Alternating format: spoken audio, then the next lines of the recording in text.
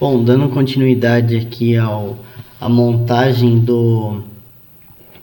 do decodificador 4511, junto com o display de 7 segmentos, fazer uma demonstração e depois vocês vão fazer essa atividade aí também e me enviar. Bom, então aqui é o seguinte, basicamente vocês podem ver aqui tem o CI 4511, ligação que já está feita. Esse pino aqui, ó, potência, ele está ali no positivo do protoboard, né? Esse positivo está ligado no positivo da fonte. E o pino 8, no caso aqui no negativo do protoboard, que por sua vez está interligado embaixo e em cima e está ligado no negativo da fonte, no GND. Aqui embaixo, a gente tem aqui os pinos de entrada. Então, o primeiro pino é o de entrada 1, daí depois vai ter o de entrada 2, 3 e o 4 aqui. Então, vocês podem reparar que nesses 4 botões aqui está interligado esses pinos aqui, né? Eu deixei por cores aqui. Então, esse primeiro da esquerda, como ele é o bit mais significativo, eu coloquei na entrada 4. E o laranja está ligado na entrada, no caso 1. Todos eles aqui estão conduzindo da esquerda para a direita, ou seja, esses botões aqui tem 1A, 1B, estão em curto esses dois, ou seja, está tudo ligado em cima e embaixo.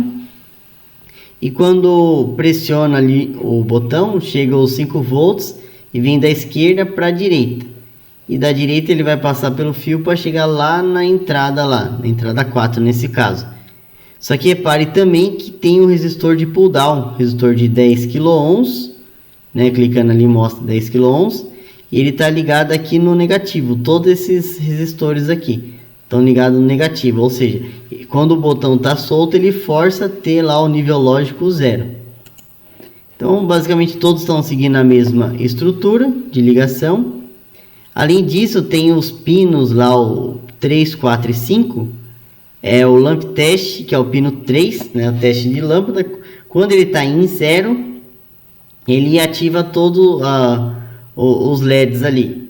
Mas nesse caso eu forcei ficar em 5 volts, justamente para ele ficar desabilitado. Ele é ativado em 0.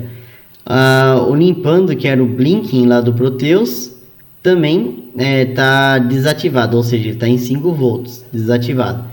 E a ativação de trava, lá no caso o Let Enable, que ela é ativada, no caso, o Let Enable é ativado em 5 volts, então a gente deixou em 0 para poder funcionar.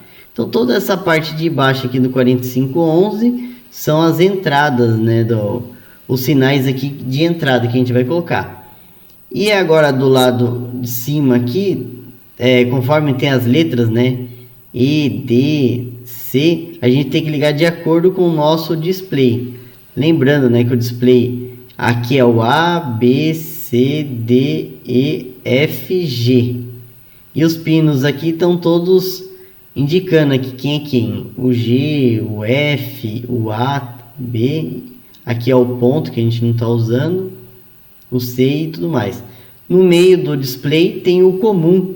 Então, quando a gente clica no display, tem que selecionar aqui como catodo comum, né, catódica que ele escreve, e o pino aqui comum está ligado no negativo. Então, todos os LEDs que estão dentro desse display, eles estão ligados aqui no negativo. Então, eu não preciso, esse comum e esse comum é a mesma coisa. Então, a gente vai ligar só o de baixo ou só o de cima e tanto faz. E repare que eu fiz esse esquema de ligação. Coloquei tudo na vertical aqui os resistores e tentei separar mais ou menos por cores aqui. Então o primeiro aqui, por exemplo, vai estar ligado no A. Então o A, o branco, vai passar por aqui por esse resistor. E esse resistor vai, esse fio branco aqui, né, vai estar ligando ali no A. E assim por diante. O azul está no B, o marrom está no C e assim por diante. Deixa eu ver se tem mais detalhes. Para poder simular também, para manter o botão pressionado, quando a gente aperta aqui iniciar simulação, a gente tem que segurar o shift, daí você consegue manter pressionado esse botão. Deixa eu ver se tem mais informações.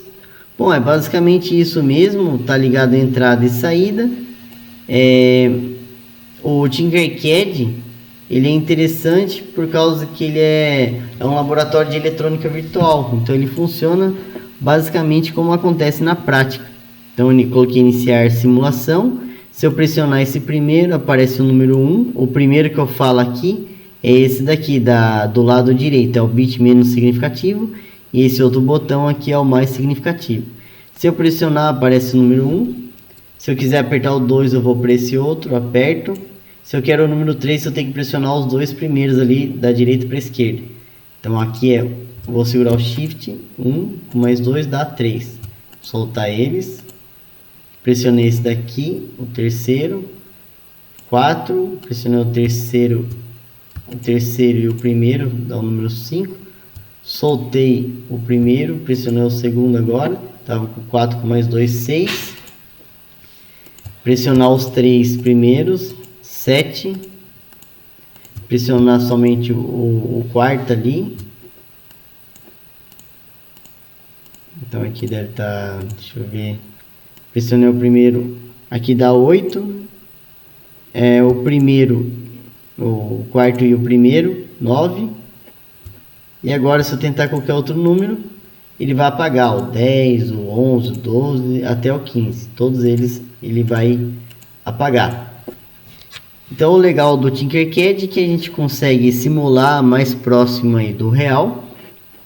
E se eu vier aqui e aumentar a tensão da fonte, ó, por exemplo, ali o CI já danificou e o LED, o display de 7 segmentos também.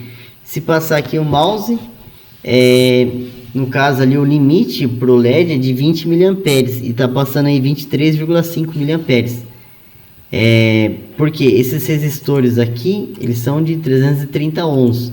Quando a gente trabalha com 5 volts, a gente pode utilizar de 330 ohms, 220 ohms, ou até uns 150 ohms aí, que é pouco arriscado, é melhor um valor acima disso.